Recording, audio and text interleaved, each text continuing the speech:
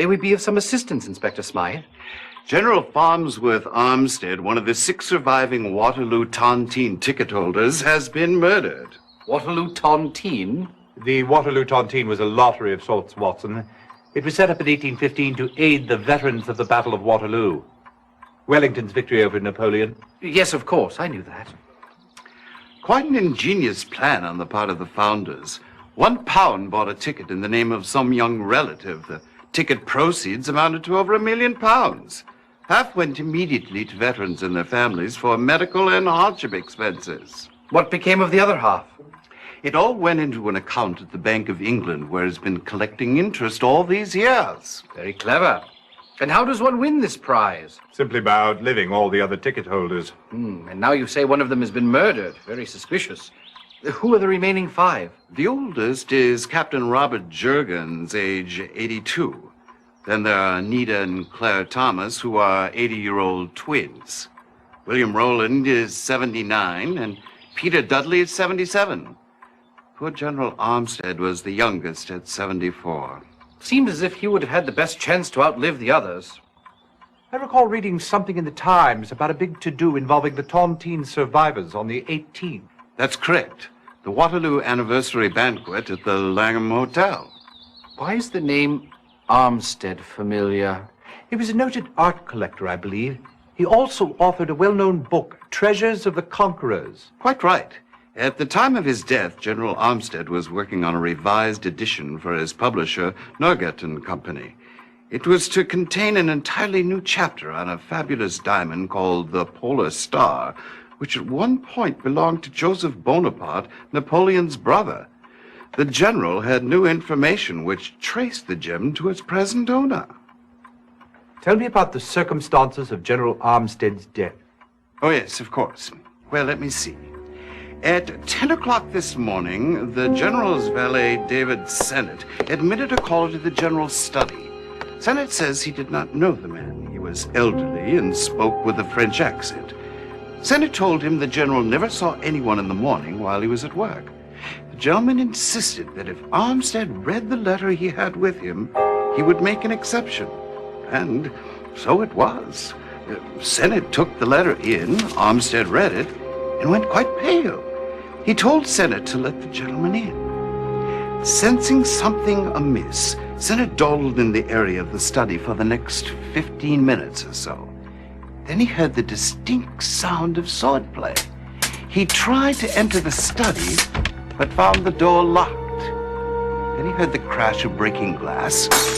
He raced to the kitchen and out the back door to enter the study from the garden. By the time he got there, the caller had vanished, and the general was leaning heavily against a shattered display case of military miniatures. Before Sennett could assist him, he dropped a saber from his hand and fell over dead. And I take it the letter, which so upset the general, was nowhere to be found. Correct, Mr. Holmes. Well, we shall put our brains and our feet to the task.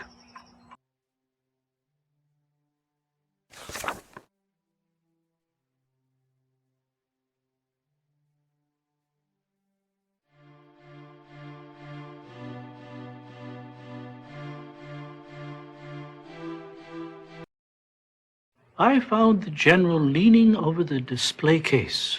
He had his saber in hand, the one that usually resides above the fireplace. I understand he was a collector of military figures. Yes, the display in the study shows the last great British charge that swept the French from Waterloo. Is there any significance to the fact that the figure of Napoleon is facing backward? How strange. Perhaps I should go and set it straight. No, don't touch it. Not until the police have concluded their investigation. Oh, yes, of course. I also noticed the portrait over the display case. The late Mrs. Armstead. Do I detect a note of hostility? I must admit we did not get on very well. But I might say that Mrs. Armstead did not get on very well with anyone, including the general. You mean they didn't marry for love? Hardly. Lord Fitch, Mrs. Armstead's father, arranged the match. Her dowry was very generous. Lord Fitch would have paid any amount to ensure that he would not be left with a spinster daughter, especially such a nasty one. If there was no love lost between them, why did he keep her portrait in his study? Actually, it was put up there to needle Mrs. Armstead's brother, the present Lord Fitch. He never approved of the marriage. Even after her death, they were involved with mutual business affairs. They jointly owned stock or some such thing. Tell me, do you know what the general was doing at the time the intruder arrived? Yes, he was working on the new section of his book, the part that concerns the gem, the Polar Star. It was very interesting, really. It traces the ownership of the gem to the brother of Napoleon, to the Russian Count Rostov. Unfortunately, the gem was stolen from the Count 3 years ago. As a matter of fact, the general just received a letter from a Pierre Montan, who said that he was willing to divulge the name of the present owner of the gem for the agreed-upon fee. Do you know where Mr. Montan might be found? I believe he's staying at the Bridge House Hotel. Did the general have any encounters with anyone out of the ordinary in the past several days? Not really. An old friend of his has been in town, Jean-Paul Girard. Neither the general nor I have seen him in 40 years. In fact, they were going to meet this afternoon at the French embassy. I'm obviously curious about the general's last visitor. Could you describe him, please? He was an old man, a rather short fellow. He walked with a cane and carried a carpetbag. Did he give a name? No. He simply wanted to see the general, and he handed me a letter to take in to him. Did you read it? No. It was in an envelope, rather yellowed with age, though I noticed it was addressed in a graceful hand to Captain Armstead, 12th Hussars, the general's old regiment. When the general read it, he went very pale. Then he asked me to admit the gentleman. Tell me, when you finally got into the room from the garden, were the study doors still locked? Yes. I noticed that there is an 8-foot fence surrounding the garden, and that the only way into the garden or out of it is through the kitchen door or the study. How terribly observant, Holmes.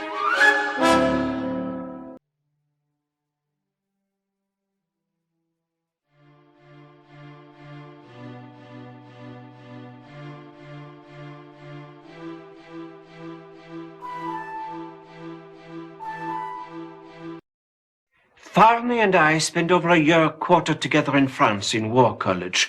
We became the best of friends. Did you know much of the general's personal life at the time? He always put the rest of us to shame in the matters of love. Said it was because we had no horse face to spur us on. Did the general have a passion for horses? Mon Dieu, no. He was engaged to a terribly unattractive woman by the name of Mary Fitch. Behind her back, that's what he called her. Horseface. How dreadful. Whatever became of her? She eventually became Mrs. Armstead and brought her great fortune to the marriage. I believe that Farney looked upon his stay in France as his last great fling. Are you saying that there was no particular woman at the time? I did not say that. There was one, but I never met her.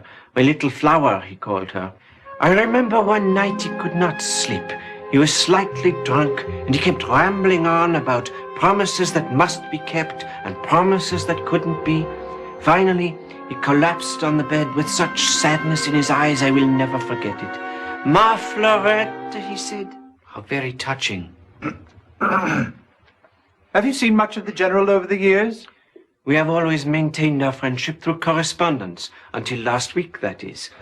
It was the first time we had seen each other in over 40 years. We had supper, and then went to see the French actor Philippe Arnaud perform. The general commented that my presence beside him while French was being spoken reminded him of the old days. So your visit went well? Exceedingly well. Can you think of anything that might have been troubling him? No, the general was in excellent spirits. He joked about the upcoming Tontine celebration at the Langham, and he was very enthusiastic about the new information concerning the Polar Star. In fact, this week he was supposed to meet with a countryman of mine about it. It is hard to believe that my good friend is gone.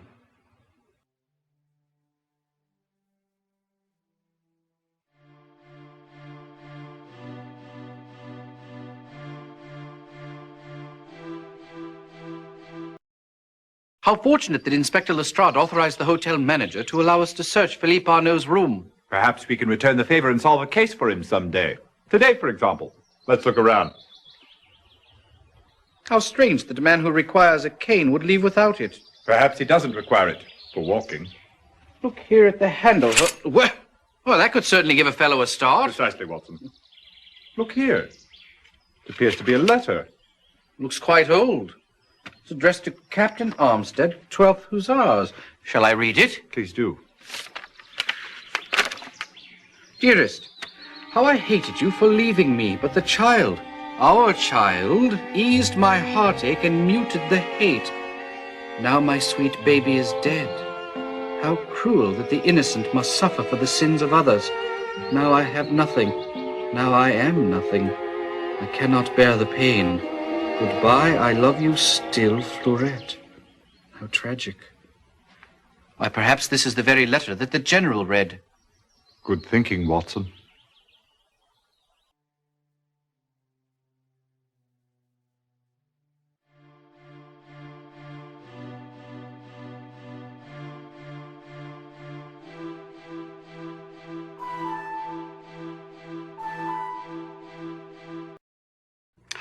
Ah, but you must see Philippe perform. My nephew's an artist, a wonder. He manages to portray the Emperor Napoleon from age 19 until his last days on the island of Saint-René. You would swear 5 different actors playing the part, but no, it is only Philippe aging before your eyes. At 48, he's the toast of the continent. You seem rather young to be the uncle of a 48-year-old man. I am but 8 years older than Philippe, though I can assure you I am his uncle. You might say that our family has a history of late arrivals. Philippe's father was 25 years older than myself, and Philippe's poor sister was 15 years older than he. Why do you say poor? She died many years ago under tragic circumstances. In fact, her mother was so upset over her daughter's death that she was put into an asylum. We received word yesterday from the asylum that she had also passed away. It upset Philippe very much, resurrecting old ghosts, as you might say. But we have been playing for enthusiastic audiences for several weeks. As we say in the business, the show must go on. And Philippe is a trooper. He would never allow it to affect his performance. Can you tell us where Philippe Arnaud is this morning? We should like very much to meet him. Well, he is not here now. Our company is staying at the Grand Hotel. However, I believe today he is visiting the National Gallery. But if you would come back this evening, I will have tickets awaiting, and after the show, you're welcome to come backstage and meet him.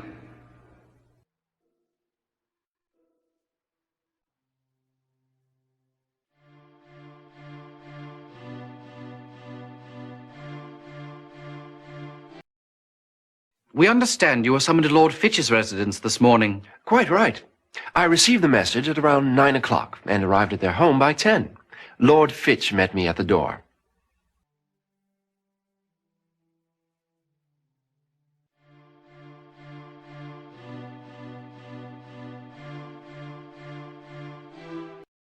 How in the world did you hear about it so soon, Mr. Holmes? The body's still warm. Couldn't have happened more than 10 minutes ago. Body? What body? Well, the one what's upstairs in 203. We're here for something else, actually. Looking for Pierre Martin. Well, that's the very fellow what was done in. Well, tell me, young man, do you know what transpired? Well, Mr. Martin checked into the hotel on the 8th. He was a Frenchman. I didn't speak to him much. Who discovered the body? I did. Well, I came along to his room to deliver a wire. Here it is, sir. Information still valuable. See me, Wells, Osborne, Norgate and Company, publishers. Tell me, did you see anyone suspicious hanging about? No. No, sir. Well, actually, now that I think about it, there was a rather large man with a foreign accent. Russian, I think. He said that he wasn't sure about the address and that he'd only just arrived in London. He asked for Mr. Martin, and I sent him straight up. Well, he was rather well-spoken and well-mannered. I didn't think anything of it at the time. A few minutes later, he came down. He was practically running. I saw him go out the front door and hail a cab. Was there anything amiss in the room? I'll say.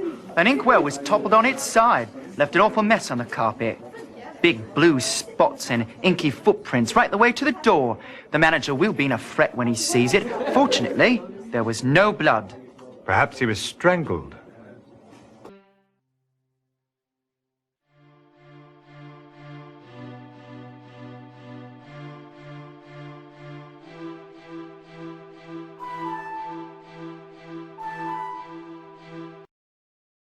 Are you from the police? Were you expecting the police? I was. My valet, Vladimir, reported to me that his interview with Pierre Matin was decidedly unproductive, as he was dead when Vladimir arrived. I see. Tell me, why did he go to see Matin in the first place? It was in reference to a certain valuable possession of mine that was stolen some years ago by Pierre's brother, André. I was in Paris, and I read in the London Times that General Armstead was to revise his very interesting book to include a chapter concerning that possession. Originally, I came here to visit him. Then how did you discover Matin's whereabouts? Shall we say, someone made me aware that Matin was also in London, that he was the general source of information. But when the General Armstead was reported dead, I had no other alternative but to pay a call on Matin. So I sent Vladimir, an old man's legs, you understand, to speak with him.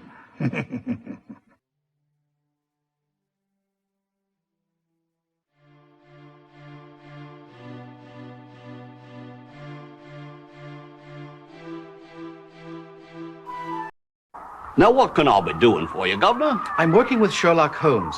We're looking into the unfortunate death of General Farnsworth Armstead. Oh, of course. I've just come off a job, I have. My apologies for not looking me usual spit-polished self. Oh, don't bother. I hardly noticed.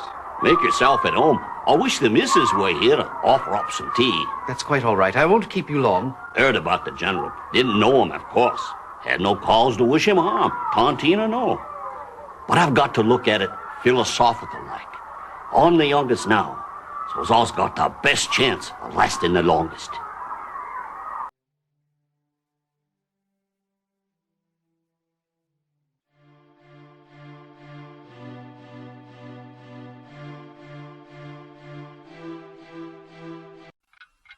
I admit I strongly disliked Armstead. He was a cad who made my sister's life miserable. I argued at length with my father against the marriage, but to no avail. But what was your sister's opinion at the time? Well, unfortunately, Mary was not the attractive sort who had scores of suitors. My father was afraid she'd be left a spinster. The engagement was arranged just before Armstead went to France. During the year he was gone, I had him watched and discovered he was in the thick of some scandal involving a young French girl. And you told your father? Well, he wouldn't listen. I even went so far as to give the story to the newspapers. But my father got wind of it and used his influence to prevent its publication. I would have done anything to keep my sister away from that man. Including murder? Why, that's preposterous. Well, surely you don't think... I was scheduled to meet with Armstead today. But you see, my wife took ill. I spent the whole morning attending to her here until Dr. Ainstree arrived at around 11 o'clock.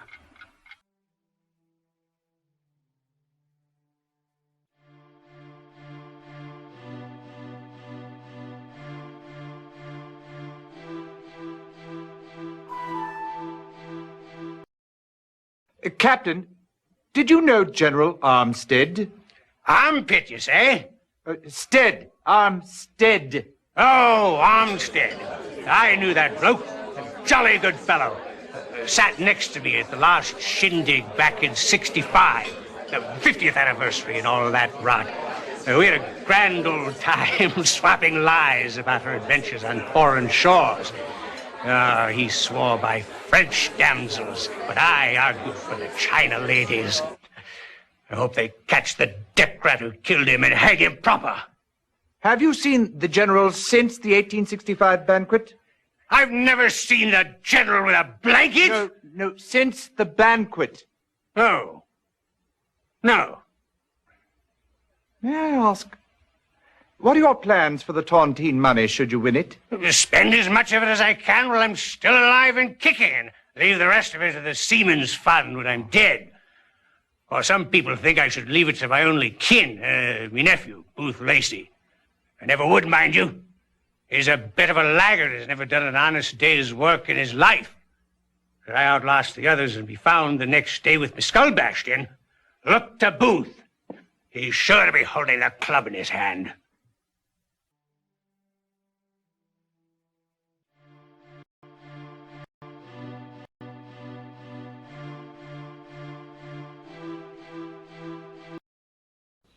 What did you discover, Watson? He wasn't in, Holmes, though his landlady suggested we might try the Red Bull Inn. The woman practically talked my ear off, went on and on about how Lacey constantly plays up to his uncle, Captain Jurgens, who's one of those old gents with a ticket in the Tontine. I thought she'd never hush up.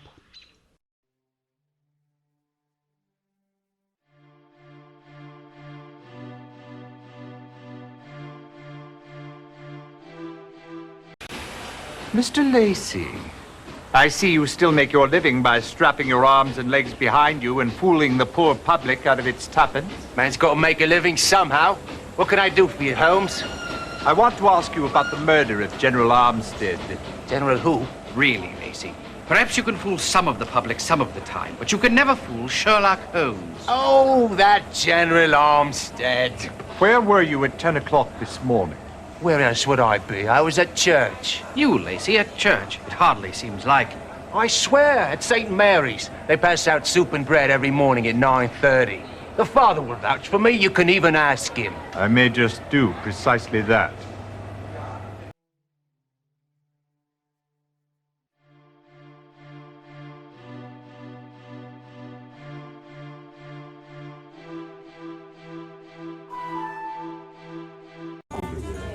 I was wondering if you'd seen a Mr. Booth Lacey around here today.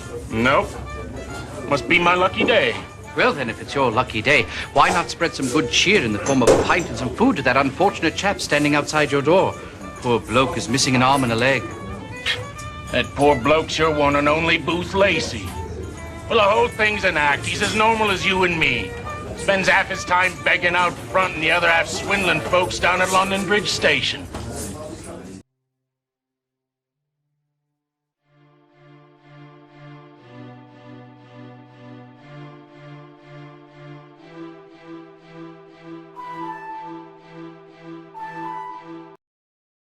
Been laid up for 2 weeks now with this blasted gout. Such a nuisance. Have to be carted about by my valet. Perhaps you should try avoiding those rich foods. Yeah, awfully sensible. But I always say might as well eat what you want now, because who knows what they'll be serving upstairs. Oh, quite so. Mr. Rowland, did you know General Armstead? Not personally. I knew of him, of course. Our little group has become quite small. Terrible about his death. Me, I hope to die at the dinner table. Provided that doesn't happen any time in the near future. Tell me, if you won the Tontine, what would you do with all that money? There's a question to titillate the imagination. I've played around with that one every day for the past 20 years. And? I'm still working on it. I understand that you have 2 sons in America and a daughter in London. That's right. My sons own a very lucrative import company, and my daughter's married to a fine lad, Wentworth Cobbett, though he is a bit of a starving poet.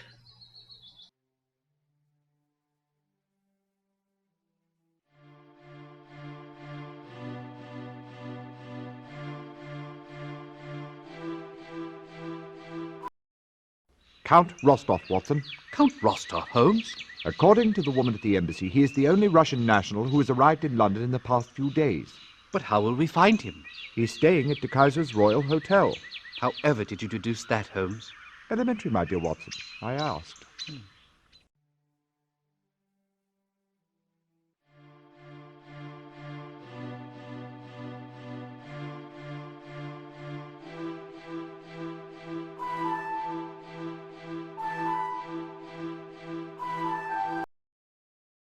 Bloody shame it was about General Armistead's death. How touching, Shinwell. You're really grieved to see him pass on. Well, sure, I had me money on him. I should have trusted me instincts and gone with one of the ladies. Captain Jurgens doesn't seem to have had much of a following, even at 25 to 1. Nah, that's just Booth Lacey and his cronies, and that's really a sentimental bet. You see, Jurgens is Lacey's uncle.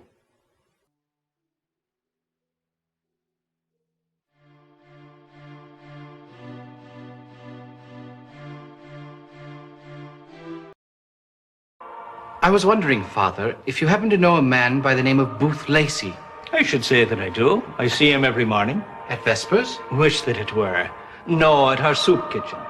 We can pray for the unfortunates of this world, certainly, but we can also offer them a little sustenance of a more nourishing kind. Every morning at 9:30, our doors are thrown open to those less privileged than ourselves. And every morning, without fail, Booth Lacey is here.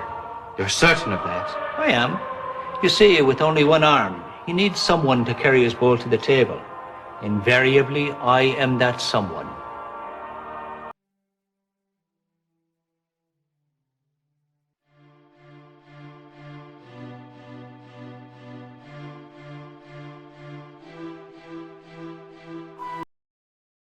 Would you care for some tea? Thank you, no.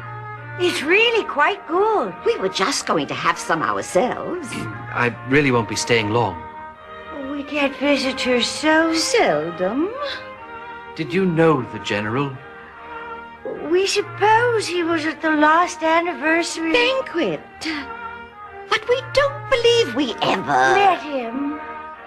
We were so sorry to hear of his death. It is such a pity.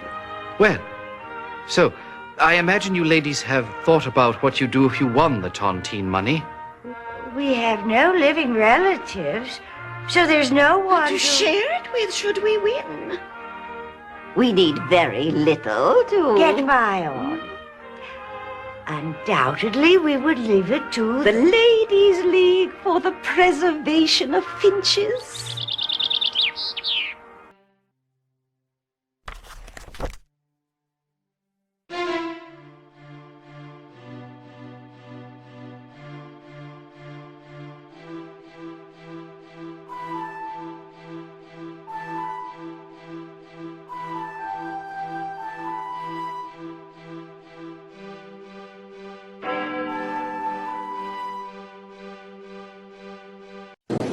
Hear ye, hear ye.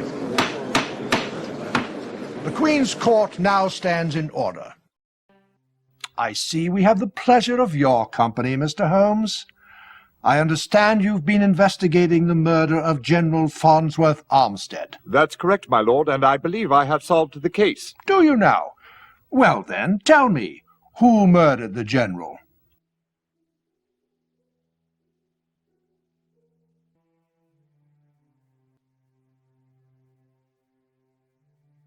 A brilliantly logical deduction, Mr. Holmes. Thank you, my lord. Now tell us, why was the General killed?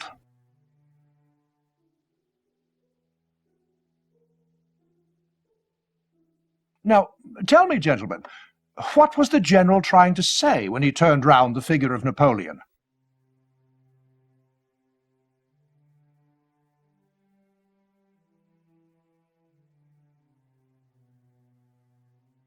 Rather clever of the old boy, what? Indubitably. A man who keeps his wits about him to the last has my undying admiration. I was wondering, just for the record, could you tell us what the General used to call his wife?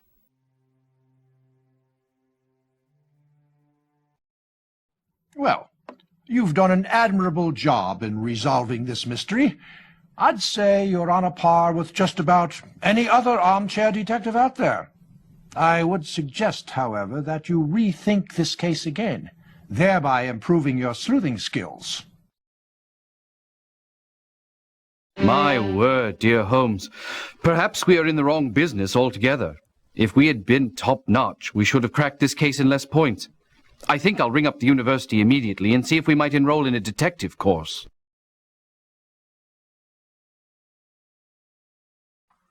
You say you've come up with a solution, and yet you sit there calmly cleaning your meerschaum. Please, Holmes, tell me what you've uncovered. Of course, Watson. It's quite simple, really. The most intriguing fact about this murder was the method. Mr. Sennett's report that he heard the distinct sound of swordplay struck me as most odd. It suggested an affair of honor. At General Armstead's home, my suspicions were confirmed. The old letter addressed to Captain Armstead, a rank he'd held some 40 years ago, suggested that it must have concerned something from the past, something that was clearly upsetting to him. That was the reason for the duel. But how can you be so sure there was a duel? Simple reasoning, my dear Watson. The general had time to place his chair against the wall, climb upon it, and retrieve a saber. The murderer allowed him to arm himself. A duel is the only event that fits with the facts. Are you sure the caller carried a sword? I thought all he had with him was a carpet bag and a cane. Perhaps it only appeared to be a cane. Ah, yes. The intruder was described as an old man, yet he left the premises over an 8-foot wall. Clearly he was in disguise and carried off the ruse with enough expertise to completely fool the general's manservant. The carpet bag must have been used as the receptacle of the disguise when it was no longer needed. Positively clever of you, Holmes. But what made you think it was Arnaud? Well, since we were looking for someone adept at the art of disguise, Gerard's mention of the actor Philippe Arnaud struck a chord. Also, Arnaud plays Napoleon. No small coincidence. What are you getting at, Holmes? When the general turned round at the figure of Napoleon, he was trying to tell us that his murderer was Napoleon. Or rather, the actor playing Napoleon, Philippe Arnaud. So Arnaud killed the general to avenge his long-dead sister's honor. Ah, well, unlike most of our cases, this motive was closer to the heart than to the pocketbook. Quite so, Watson. When Arnaud's sister Fleurette was an impressionable young girl, she fell madly in love with the dashing English captain. When he left, she took her own life. So pathetic. Wait, there's more. Fleurette's grief-stricken mother went mad and was sent into an asylum. Thus, in the twinkling of an eye, little Philippe Arnaud, who was but a child himself, lost both his mother and his sister. It's so sad.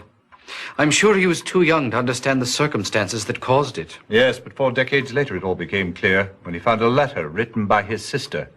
It yielded an explanation and a name. Armstead. He came to London armed with that letter and a sword cane. But he was here for several weeks before he did the deed. Yes, and he might not have done it at all had it not been for the news of his mother's death. That was the final blow. He went straight away to the general's home to take his revenge. Voila. Positively brilliant, Holmes. How do you do it? With his pipe cleaner, of course.